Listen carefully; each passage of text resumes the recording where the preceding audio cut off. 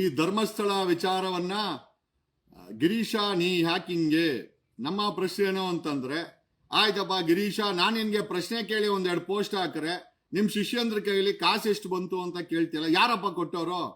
ನಿಮ್ ಪ್ರಕಾರ ಧರ್ಮಸ್ಥಳದ ಕೊಲೆಗಾರರು ನನಗೆ ಕಾಸು ಕೊಟ್ಟವ್ರೆ ಅಂತ ಕೆಳಗಡೆ ಹಾಕ್ಸಿದ್. ಎಷ್ಟು ಕೊಟ್ಟವ್ರೆ ಹೇಳಿಸು.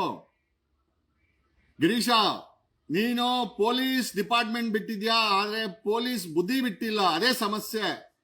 ಅಲ್ಲಯ್ಯ, 2.5 ತಿಂಗಳಾಯ್ತು ಆ ಭೀಮನ್ ತಗೊಂಡ ಒಳಗಡೆ ಹಾಕಿ. ಭೀಮಾ ಇಲ್ಲ ಅಂದ್ರೆ ಈ ಕೇಸ್ ಮುಚ್ಚೋಗುತ್ತೆ ಅಂತ ನೀನೊಬ್ಬ ಮಾಜಿ ಪೊಲೀಸ್ ಆಗಿ ನಿನಗೆ ಗೊತ್ತಿದ್ದು ಅವನನ್ನು ಬಿಡಿಸದೆ ನಿನ್ನ ಬುಡಕ್ ಬಂದಾಗ ನೆನ್ನೆ ಹೋಗಿ ಮೂಲ ಕರ್ನಾಟಕದ ಜನತೆ ತಾವು ದಯಮಾಡಿ, ನಾನು ಯಾಕೆ ಇವರುಗಳ ವಿರುದ್ಧ ಮಾತಾಡ್ತಾ ಇದ್ದೀನಿ ಅಂತಂದ್ರೆ, ಅವರ ವಕೀಲರ ಮೂಲಕ, ಅವ್ರ ವಕೀಲರು ಯಾರು ಅಂತ ಅವ್ರಿಗೆ ಗೊತ್ತು, ನಿಮ್ಗೂ ಗೊತ್ತಿದೆ.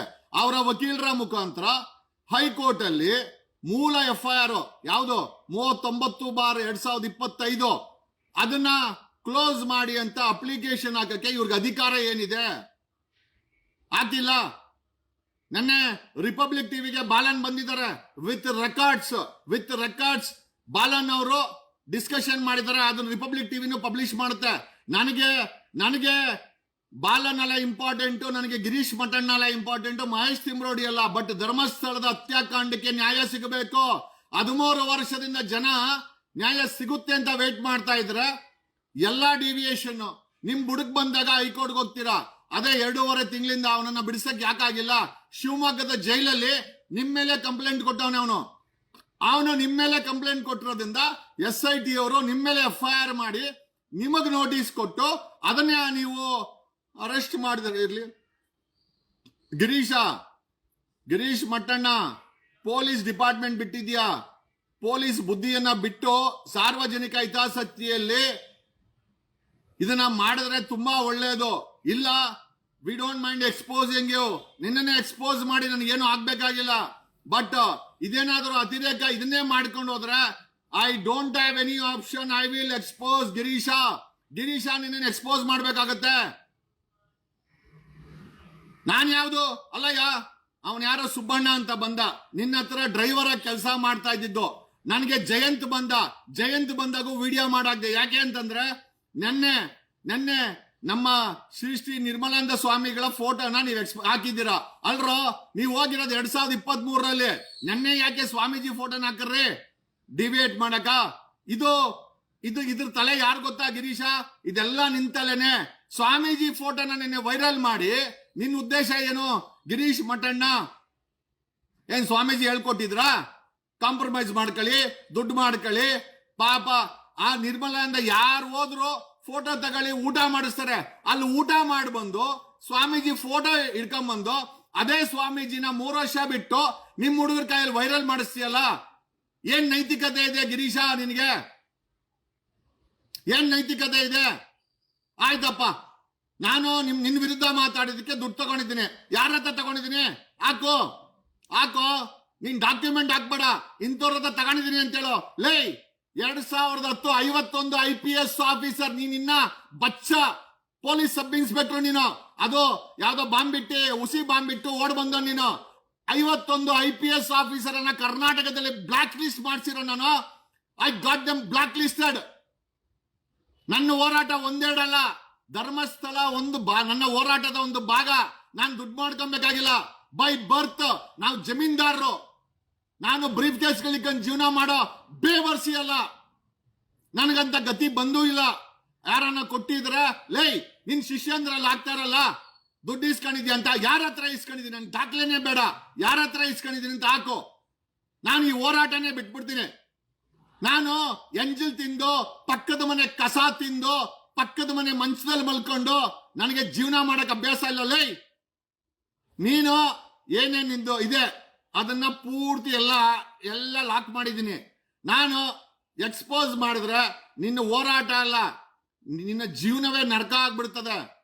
ಏನ್ ಅನ್ಕೊಂಡಿದ್ಯಾ? ನಿನ್ ಪೊಲೀಸ್ ಬುದ್ಧಿ ಈ ಹೋರಾಟದಲ್ಲಿ ತೋರಿಸ್ಕೊಂಡು 2.5 ತಿಂಗಳಾಯ್ತಲ್ವೇನೋ. ಲೇ ಗಿರೀಶ, ಯಾಕ ಅವನ್ನ ರಿಲೀಸ್ ಮಾಡಕ್ಕೆ ಒಂದು ಅಪ್ಲಿಕೇಶನ್ ಹಾಕ್ಸಿಲ್ಲ? ಅವನನ್ನ ಕರ್ಕೊಂಬಂದು ಬಳಸ್ಕೊಂಡ್ರೆ ಏನೋ ಭೀಮಾ ಅಲಿಯಾಸ್ ಚಿನ್ನಯ್ಯನ, ಅವನು ಪೊಲೀಸ್ ಪ್ರೆಷರ್ಗೆ ಧನಂಜಯನ ಕರ್ಕೊಂಬಂದೆ. ಧನಂಜಯ ಎಲ್ಲಿ ಮಾಯ ಆದ್ರು ಅದು ಹೇಳ್ತಾ ಇಲ್ಲ. ಚಿನ್ನಯ್ಯನ್ ಕರ್ಕೊಂಬಂದೆ, ಅವನದು ವಿಡಿಯೋಗಳು ಮಾಡಿಸ್ಕೊಂಡೆ, ಅವನ ಕೈ ಹೇಳಿಕೆಲ್ಲ ಕೊಡ್ಸ್ಕೊಂಡೆ. ಅವನನ್ನ SIT ಲಾಕ್ ಮಾಡಿದ್ರೆ ಅವನನ್ನ ಬಿಡಿಸ್ಲಿಲ್ಲ ನೀವು. ಇವಾಗ ನಿಮ್ ಬುಡಕ್ ಬಂದೈತೆ, ಅವನ ಕಂಪ್ಲೇಂಟ್ ಮೇಲೆ ನಿಮ್ ಬುಡಕ್ ಬಂದಿದೆ. ಇವಾಗ ಹೈಕೋರ್ಟ್ಗೆ ಹೋಗಿ ನೋಡಿ, ಕರ್ನಾಟಕ ನೀವು ಕೇಳ್ಕೊಬೇಕಾರದು ಒಂದೇ ಒಂದು ವಿಚಾರ. ಮೂಲ FIR ಸಂಖ್ಯೆ 39/2025 ಭೀಮಾ ಕೊಟ್ಟಂತ FIR ನ ರದ್ದತಿಗೆ ಇವರು ಅಪ್ಲಿಕೇಶನ್ ಹಾಕಿದ್ದಾರೆ. ನಮಗೆ ಇವ್ರ ಮೇಲೆ ಅನುಮಾನ ಬಂದಿದೆ ಅಲ್ಲಿ. ಅಲ್ಲ, ಮೂಲ FIR ನ ರದ್ದತಿಗೆ ಅಪ್ಲಿಕೇಶನ್ ಹಾಕಕ್ಕೆ ನಿಮ್ಗೆ ಏನ್ ಅಧಿಕಾರ ಇದೆ? ಅದು ಕೋರ್ಟ್ ಮಾಡಲ್ಲ, ಅದು ಬೇರೆ ವಿಚಾರ. ಏನ್ ಅಧಿಕಾರ ಇದೆ ಗಿರೀಶ ನಿನಗೆ? ಇದು ಎಂಟೈರ್ ಹೋರಾಟನ ದಿಕ್ಕು ತಪ್ಪಿಸ್ತಾ ಇರೋದು ನಿನ್ನ ಸ್ವಾರ್ಥಕ್ಕೋಸ್ಕರ ನೀನೇ ಮಾಡ್ತಾ ಇರೋದು. ನಿನ್ನನ್ನು ಎಕ್ಸ್ಪೋಸ್ ಮಾಡ್ಲೇಬೇಕು. ಇಲ್ಲಿವರೆಗೂ ಪೊಲೀಸನ್ನ ಎಕ್ಸ್ಪೋಸ್ ಮಾಡಿದೀನಿ. ಪೊಲೀಸ್ ಇಲಾಖೆ ಬಿಟ್ಟಿರೋ ಒಬ್ಬ ಸಬ್ ಇನ್ಸ್ಪೆಕ್ಟರ್ನ ಇವಾಗ ಎಕ್ಸ್ಪೋಸ್ ಮಾಡ್ಬೇಕಾಗತ್ತೆ. ಏನೋ ಹಾಕಿಸ್ತೀಯ ನೀನು ನಿನ್ ಶಿಷ್ಯಂದ್ರ ಕೈಯಲ್ಲಿ? ನಾನು ಎಷ್ಟಣ್ಣ ತಗೊಂಡಿದ್ದೀನಿ? ಯಾರೋ ಕೊಟ್ಟೋರು ಹೇಳೋ, ಯಾರೋ ಕೊಟ್ಟೋರು? ಲೇ, ಅಂತ ಬೇವರ್ಸಿ ಕೆಲಸ ಮಾಡಕ್ಕೆ ನಾನು ನಮ್ಮ ಅಪ್ಪ ಅಮ್ಮನ್ ಕೊಟ್ಟಿದ್ದೀನಿ. ಆ ರೀತಿ ಹಣ ಮಾಡಬೇಕು ಅಂದ್ರೆ ರಮೇಶ್ ಜಾರಕಿಹೊಳಿ ಕೇಸು, 51 ಜನ IPS ಆಫೀಸರ್ಗಳು, ಅಶೋಕನ್ನ ಕೇಳು, ನಿಮ್ಮ ಬಿಜೆಪಿ ಪಕ್ಷದ ಅಶೋಕ ಲೀ ಮೆರಿಡಿಯನ್ ಅಲ್ಲಿ ಡಾಕ್ಟರ್ CS ದ್ವಾರಕನಾಥ್ ಜೊತೆ ಭೇಟಿ ಮಾಡಿ ಏನ್ ಆಫರ್ ಕೊಟ್ಟ ಅಂತ 2012ರಲ್ಲಿ ಇಸ್ಕೊಂಡಿದ್ರೆ ಅಶೋಕ್ ಹತ್ರ ಆವತ್ತೇ ಇಸ್ಕೊಂಬೋದಾಗಿತ್ತು. ನಿಮ್ ಪಕ್ಷದ ಅಧ್ಯಕ್ಷನ ಹತ್ರ ನಾನ್ ಮುಟ್ಟಲ್ಲ. ನಾನ್ ಬೇರೆಯವ್ರ ಕಾಸಲ್ಲಿ ಜೀವನ ಮಾಡಲ್ಲ. ಲೇ, ಯಾವ ಪೊಲೀಸನ್ಗೂ ಎದುರಲ್ಲ, ಯಾವ ವ್ಯವಸ್ಥೆಗೂ ಎದುರಲ್ಲ. I don't care. ಯಾಕೆಂದ್ರೆ ನಾನು ಸ್ವಾಭಿಮಾನದಿಂದ ಬದುಕ್ತಾ ಇದ್ದೀನಿ. ನಾನು ಈ ಸೌಜನ್ಯ ಹೋರಾಟಕ್ಕಾಗಿರ್ಬೋದು, ಧರ್ಮಸ್ಥಳ ಹೋರಾಟಕ್ಕಾಗಿರ್ಬೋದು ನಾನು ಬಂದಿರ್ಲಿಲ್ಲ. ಕಾರಣ ಯಾಕೆಂದ್ರೆ ನನಗೊಂದು ಕ್ಲಾರಿಟಿ ಇರ್ಲಿಲ್ಲ. ಧನಂಜಯ, ಅಡ್ವೊಕೇಟ್ ಧನಂಜಯನ ಕರ್ಕೊಂಡ್ಬಂದನು. ಲೇ ಗಿರೀಶ, ನೀನೇ ತಾನೇ? ಎಲ್ಲ ಹೋದ್ರು ಅವರು? ಕ್ಲಾರಿಟಿ ಕೊಡೋ. ಅದೇ ಯೂಟ್ಯೂಬ್ ಅಲ್ಲಿ ಕೂತ್ಕೊಂಡು ಧನಂಜಯನ ಯಾಕೆ ಕರ್ಕೊಂಬಂದೆ, ಯಾಕೆ ಅವ್ರು ಸೈಲೆಂಟ್ ಆದ್ರು, ಅದೇ ಯೂಟ್ಯೂಬ್ ಅಲ್ಲಿ ಮಾತಾಡೋ.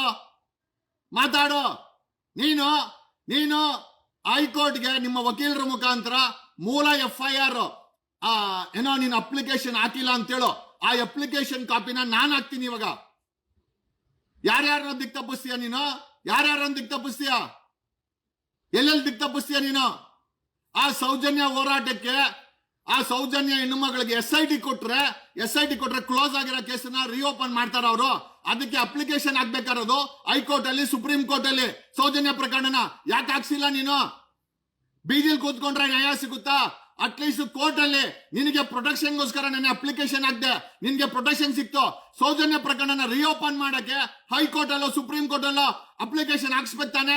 ಯಾಕೆ ಹಾಕ್ಸಿಲ್ಲ? ಬೀದಿಲ್ ಕೂತ್ಕೊಂಡ್ರೆ ಹೈಕೋರ್ಟ್ ಜಡ್ಜ್ ಬಂದು ಆದೇಶ ಮಾಡ್ತಾರ ನಿನ್ಗೆ? SIT ಅವರು ಅಪ್ಲಿಕೇಶನ್ ಕೊಟ್ರೆ ಕ್ಲೋಸ್ ಆಗಿರೋ ಕೇಸನ್ನ ಇನ್ವೆಸ್ಟಿಗೇಷನ್ ಮಾಡ್ತಾರ? ಅವನನ್ನ ತಗೊಂಡೋಗಿ, ಭೀಮನ್ನ ತಗೊಂಡೋಗಿ ಶಿವಮೊಗ್ಗ ಜೈಲಲ್ಲಿ ಕೊಲಿತಾ ಇದ್ದಾನೆ. ಅವ್ನು ನಿಮ್ಮ ಮೇಲೆ ಕಂಪ್ಲೇಂಟ್ ಹಾಕಿರೋದು. ಈಗ ಅವನಿಗೂ ಗೊತ್ತಾಗಿದೆ ನೀವು ಅವನ್ನ ಬಳಸ್ಕೊಂಡು ಕೈ ಬಿಟ್ಟಿದ್ದೀರಾ ಅಂತ. ಅವನೆಷ್ಟು ಸಮಸ್ಯೆಲಿದ್ದಾನೆ. ಅವನ್ನೇ ಈ ಎಂಟೈರ್ ಕೇಸ್ಗೆ ಶಕ್ತಿ, ಅವನನ್ನೇ ಹೊರಗಡೆ ತಂದಿಲ್ಲ. ನಾವು ಕರ್ನಾಟಕ ಜನತೆಗೆ ಹೇಳ್ತಾ ಇದ್ದೇನು ಅಂತಂದ್ರೆ, ಭೀಮನನ್ನ ಹೊರಗಡೆ ತರುವಂತ ಕೆಲ್ಸಕ್ಕೆ ಒಂದಷ್ಟು ವಕೀಲರ ಹತ್ರ ಮಾತಾಡಿದ್ದೀನಿ. ಭೀಮನನ್ನ ಮೊದಲು ಹೊರಗಡೆ ತಗೊಂಡ್ಬರ್ತೀವಿ. ಭೀಮನನ್ನ ಒಳಗಡೆ ಇಟ್ಟು ಇವ್ರನ್ನ ರಕ್ಷಣೆ ಮಾಡ್ಕೊಳಕ್ಕೆ, ಮೂಲ FIR ಗಳನ್ನ ಮುಚ್ಚಾಕಕ್ಕೆ ಅಪ್ಲಿಕೇಶನ್ ಹಾಕುವಂತ ಇಂಥ ವ್ಯಕ್ತಿಗಳನ್ನ ನೀವು ಹೋರಾಟಗಾರರು ಅಂತಂದ್ರೆ ನನಗೊತ್ತಿಲ್ಲ ನೀವೇನ್ ಹೇಳ್ಕೊಬೇಕು ಅಂತ. ಧರ್ಮಸ್ಥಳದ ಹೋರಾಟವನ್ನ ಅಳ್ಳಾಡಿಸ್ತಾ ಇದ್ದಾನೆ ಗಿರೀಶ. ನಾನು ಯಾರ ಹತ್ರ ಬುಕ್ ಆಗಿದ್ದೀನಿ ಹೇಳಲೇ? ಯಾರ ಹತ್ರ ಬ್ರೀಫ್ ಕೇಸ್ ಕಡೆ ಹೇಳಲೇ? ಹೆಸರೇಳೋ ಸಾಕು, ಹೆಸರೇಳೋ. ನನ್ಗೇನ್ ದಾಖಲೆ ಕೊಡ್ಬೇಡ ನೀನು, ವಿಡಿಯೋ ಬೇಡ. ನಿಂತರ ಸ್ವಾಮೀಜಿ ಹತ್ರ ಹೋಗಿ ಆ ನಿರ್ಮಲಾನಂದ ಸ್ವಾಮೀಜಿ ಅವ್ರ ಮಠದಲ್ಲಿ ಅನ್ನ ತಿಂದು ಅವ್ರ ಹತ್ರ ಫೋಟೋ ಇಡಿಸ್ಕೊಂಡು ನೆನ್ನೆ, ಲೇ ಗಿರೀಶ, ಅವ್ರ ಫೋಟೋನ ನಿನ್ ಜೊತೆ ವೈರಲ್ ಮಾಡ್ತೀಯಲ್ಲ, ನಿನಗೆ ನಾಚಿಕೆ ಇಲ್ವೇನೋ? ಏನ್ ಸಂಬಂಧ? ನಿರ್ಮಲಾನಂದ ಸ್ವಾಮಿ ಒಕ್ಕಲಿಗರ ಮಠಕ್ಕೂ ನೀವು ಹೋಗಿದ್ದಕ್ಕೂ ಏನ್ ಸಂಬಂಧ? ಏನ್ ಸ್ವಾಮೀಜಿ ಡೀಲ್ ಹೇಳಿದ್ರನೋ? ನಿನ್ಗೆ ನಾಚಿಕೆ ಇಲ್ವಾ? ಸ್ವಾಮೀಜಿ ಫೋಟೋನ ಅವ್ರು ಯಾರು ಹೋದ್ರು ಫೋಟೋ ಇಡ್ಸ್ಕೊಂತಾರೆ. ಪಾಪ ಆ ವ್ಯಕ್ತಿದೇನೋ, ಆ ವ್ಯಕ್ತಿನೇ ತನ್ನದೇ ಆದಂತ ಸಮಸ್ಯೆಲಿದ್ದಾನೆ. ನಿರ್ಮಲಾನಂದ ಸ್ವಾಮೀಜಿ ಅವ್ರ ಫೋಟೋನ ಹಾಕಿ ವೈರಲ್ ಮಾಡಿಸ್ತೀಯಲ್ಲ. ಲೇ ಗಿರೀಶ, ನಿನ್ಗೆ ಆ ಪೊಲೀಸ್ ಬುದ್ಧಿನೇ ಬಿಟ್ಟಿಲ್ವಲ್ಲೋ? ಯಾರ್ಯಾರನ್ನೋ ಮುಣಗಿಸ್ತೀಯ? ಆ ಪಕ್ಕದಲ್ಲೇ ಮಹೇಶ್ ತಿಮ್ರೋಡಿನ ಮಾಡ್ಕೊಂಡೆ, ಅವ್ರ ಮೇಲೆ 14 ಕೇಸ್ ಹಾಕ್ಸ್ದೆ, ಆ ಗಡಿಪಾರ್ ಮಾಡಿಸ್ದೆ, ಅವ್ರನ್ನ ಊರ್ ಬಿಡಿಸ್ದೆ. ಈಗ ಇನ್ನೇನೇನ್ ಮಾಡಕ್ ಹೊಟ್ಟಿದ್ಯಾ? ಇದು ಮಹೇಶ್ ತಿಮ್ರೋಡಿ ಗೊತ್ತೇ ಇಲ್ಲ. ನಿನ್ ಮೇಲೆ ಕೇಸ್ಗಳಾಗಲ್ಲ, ನಿನ್ನ ಮೇಲೆ ಗಡಿಪಾರು ಮಾಡಲ್ಲ ಪೊಲೀಸರು. ಯಾಕೆ ನಿನಗೂ SITಗೆ ಅಡ್ಜಸ್ಟ್ಮೆಂಟಾ ನಿನಗೂ? ಆಮೇಲೆ ಇಲ್ಲಿ ಸ್ವತಂತ್ರ ಉದ್ಯಾನವನದಲ್ಲಿ ಹೋರಾಟಕ್ಕೆ 8 ಲಕ್ಷ ಆಯ್ತು ಅಂತ ಒಬ್ಬ ಕಾಂಗ್ರೆಸ್ಸಿಗ ಹೇಳ್ದ.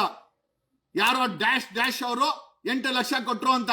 ಕಾಂಗ್ರೆಸ್ ಅವರು ಅಲ್ಲಿ ಹೋರಾಟಕ್ಕೆ ಸ್ಪಾನ್ಸರ್ ಮಾಡ್ತಾ ಇದ್ರೆ ನನ್ನ ಎಡಗಾಲ್ ಕೂಡ ಇಡ್ತಾ ಇರ್ಲಿಲ್ಲ. ಅವ್ರ ಹತ್ರ ಶಾಮಿಯಾನಕ್ಕೆ ಮೈಕ್ಗೆ ದುಡ್ಡಿಸ್ಕೊಂಡು 8 ಲಕ್ಷ ಅಲ್ಲಿ ಹಾಕ್ಬಿಟ್ಟು ಅದೊಂದು ಹೋರಾಟನ? ಕಾಂಗ್ರೆಸ್ ಅವರು ಶಾಮಿಯಾನ ಹಾಕೊಟ್ಟು ಮೈಕ್ ಹಾಕೊಟ್ರೆ ಸ್ವತಂತ್ರ ಉದ್ಯಾನವನದಲ್ಲಿ ನಾವು ಅದನ್ನ ಮೈಕ್ ಹಿಡ್ಕೊಂಡು, ನಾನು ಒಳ್ಳೇದಾಯ್ತು, ನಾನು ಮೈಕ್ ಹಿಡ್ಕೊಂಡು, ನೀವು ಮೈಕು ಕೊಡಿಲ್ಲ, ನಾನು ಮೈಕಲ್ಲಿ ಮಾತಾಡೂ ಇಲ್ಲ. ಅವ್ರ ಬೆಂಕಿ SIT ಮಾಡಿ ತನಿಖೆ ಮಾಡ್ಕೊಂಡು ಒಂದ್ ಕಡೆ ತನಿಖೆ ಮಾಡಿಸೋದು, ಒಂದ್ ಕಡೆ ಅದನ್ನ ಹಳ್ಳ ಇಡ್ಸೋದು, ಇನ್ನೊಂದ್ ಕಡೆ ಹೋರಾಟಗಾರರಿಗೆ ಶಾಮಿಯಾನ ಹಾಕ್ಸ್ಕೊಡೋದು. ಈ ಬಾಳಕ್ ಬಂದೈತೆ ಕಾಂಗ್ರೆಸ್ ಅಂತ ಹೇಳಿ. ಕಾಂಗ್ರೆಸ್ ಕಡೆಯವರು ಅಲ್ವಾ? ಯಾರು ಅಂತ ಹರೀಶನ್ನ ಕೇಳಿ ಹೇಳ್ತಾನೆ, ಯಾರು 8 ಲಕ್ಷ ಕೊಟ್ಟಿದ್ದು ಶಾಮಿಯಾನಕ್ಕೆ, ಅಲ್ಲಿ ಮೈಕ್ ದುಡ್ಡು ಕೊಟ್ಟಾರೆ. ನಿಮ್ಗೆ ಆತರ ಭಿಕ್ಷೆ, ಯಾವ್ದೋ ಪಕ್ಷ ಹತ್ರ ಭಿಕ್ಷೆ ಎತ್ಕೊಂಡು ಹೋರಾಟ ಮಾಡ್ಬೇಕೇನೋ? ನನ್ಗಂತ ಬುದ್ಧಿ ಇಲ್ಲ. ಥ್ಯಾಂಕ್ ಗಾಡ್ ನಾನು ಆ ಸ್ವತಂತ್ರ ಉದ್ಯಾನವನದ ಹೋರಾಟದಲ್ಲಿ ಮೈಕ್ ಹಿಡ್ಕೊಂಡು ಮಾತಾಡಿಲ್ಲ. ಒಳ್ಳೇದಾಯ್ತು. ಕಾಂಗ್ರೆಸ್ ಸೂರ್ಯ ಮುಕುಂದರಾಜ್ ಕೈಯಲ್ಲಿ ಮಾತಾಡಿಸಿದ್ರೆ ಆವಾಗ್ಲೇ ಅರ್ಥ ಆಯ್ತು, ಓ ಸೂರ್ಯ ಬಂದವನೇ ಅಂತಂದ್ರೆ ಸಮಥಿಂಗ್ ಇಸ್ ರಿಯಲಿ ಸ್ಟ್ರಾಂಗ್ ಅಂತ. ಲೇ